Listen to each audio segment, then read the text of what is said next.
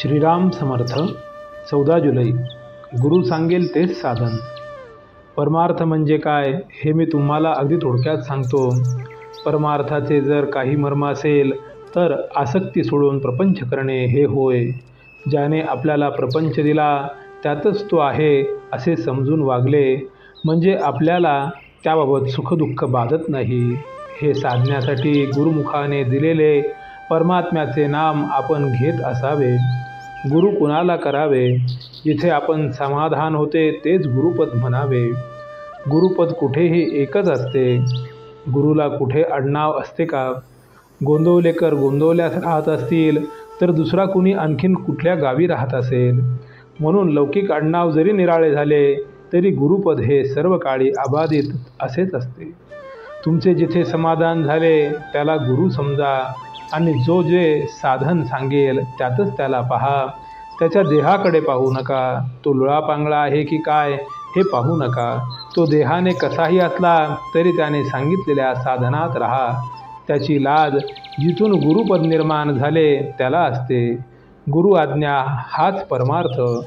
तो सांगेल तेच साधन.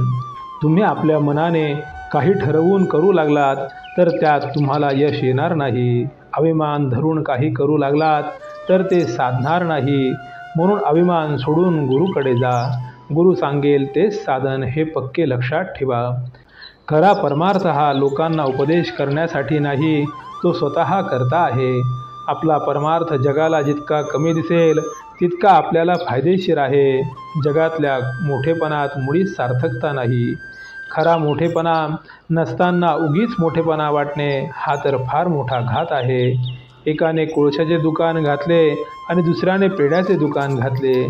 दुकान कशाचेही असले तरी शेवटी फायदा किती होतो याला महत्त्व आहे. तसे प्रपंचात कमी जास्त काय आहे त्याला परमार्थ महत्त्व नसून मनुष्याची वृत्ती भगवंताकडे किती लागली याला महत्त्व आहे. परमार्थाला कोणतीही परिस्थिती चालते. आपली मनोवृत्ती मात्र स्थिर असली पाहिजे. एकीकडून मनाचे संयमन आणि दुसरीकडे भक्तीचा जोर असला म्हणजे परमार्थ लवकर साधतो.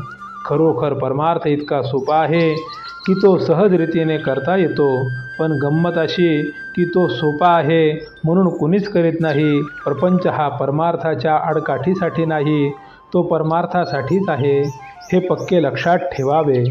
साधकाने देहाचे कर्तव्य प्रारब्धावर टाकून मनाने मात्र ईश्वरोपासना करावी. हृदयी ठेवावा राम, मुखी सदा त्याचे नाम.